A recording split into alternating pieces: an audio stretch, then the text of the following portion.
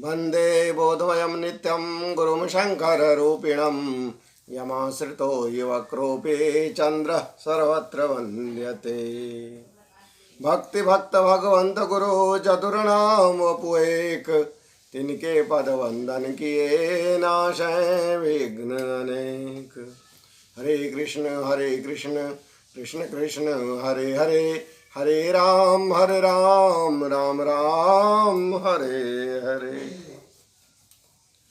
समुपस्थित दशो दिशाओं के स्वामी मेरे आराध्य गुरुदेव एवं समस्त भगवत कथा अनुरागी वृंद सभी के युगल चरण कमल में मेरा सहृदय नमन।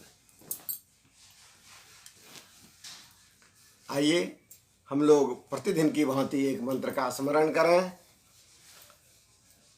आज हम लोग प्रथम स्कंद के प्रथम अध्याय को कल समाप्त कर चुके हैं। आज हम लोग प्रथम स्कंद के द्वितीय अध्याय में प्रवेश कर गए हैं। हम सभी भक्तजन बहुत आह्लादित हैं, प्रफुल्लित हैं कि प्रथम अध्याय के 23 मंत्र का निर्विघ्न पूर्वक श्रवण कर लिए। अब आगे हम लोग चलते हैं। द्वितीय अध्याय के प्रथम मंत्र में विषय है भगवत कथा और भगवत भक्ति का महात्म्य। अब हम लोग महात्म्य में जा रहे हैं कि भगवत कथा हम लोग जो सुन रहे हैं इसका क्या महात्म्य है, क्यों सुनना चाहिए।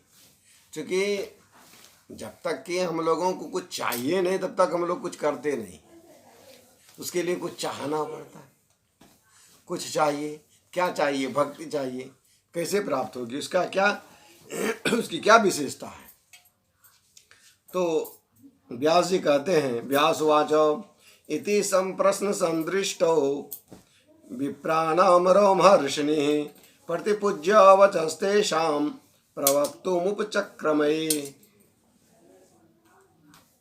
अर्थात व्यास जी कह रहे हैं कि शौनकादि ब्रह्मवादी ऋषियों की यह प्रश्न सुनकर रोमहर्षण के पुत्र उग्रश्रवा को बड़ा ही आनंद हुआ।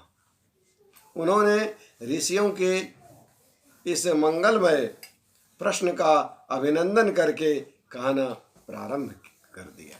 देखिए, सच्चे जो गुरु होते हैं वो अपने सेवक के, वो अपने भक्त की तोतली वाणी को सुनकर भी गदगद हो जाते हैं। और यहाँ तो हमारे श्री सूत जी महाराज, इनका कहना ही क्या है। इसलिए स्वाभाविक है कि इनका आनंदित होना स्वाभाविक है।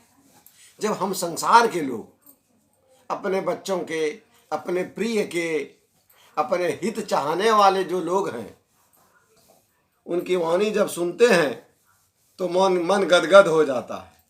तो ये तो ब्रह्मवादी हैं। और सच्चाई बात क्या है।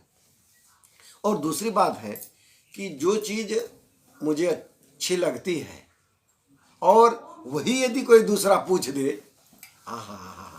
तो कहना ही क्या है। यदि कोई सांसारिक लोग है और उनसे संसार का चर्चा हो, संसार का वर्णन हो और संसार की चर्चा हो, तो वो गदगद हो जाते हैं। पूरा नानी दादी काकी का कहानी होने लगता है।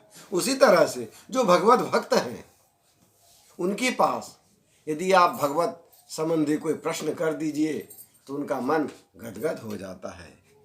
यहाँ हमारे सूत जी के लिए आया है। देखिए यहाँ पर शब्द दिया है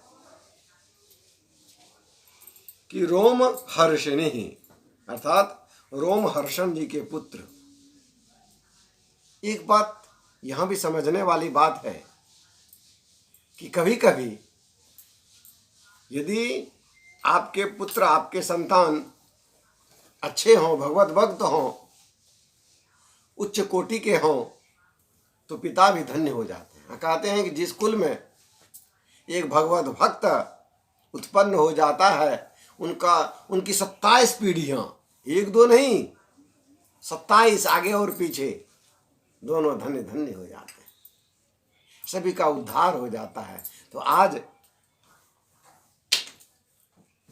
रोमहर्षण जी भी अपने इस पुत्र को पा करके धन्य धन्य हो गए। और जब ऋषि मुनि उनसे ये प्रश्न किए तो अब शुद्ध जी कहना प्रारंभ करते हैं।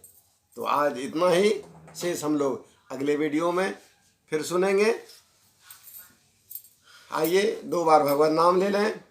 हरे कृष्ण कृष्ण कृष्ण हरे हरे, हरे राम राम राम हरे हरे। बोलिए भक्त और उनके भगवान की जय हो। राधे राधे।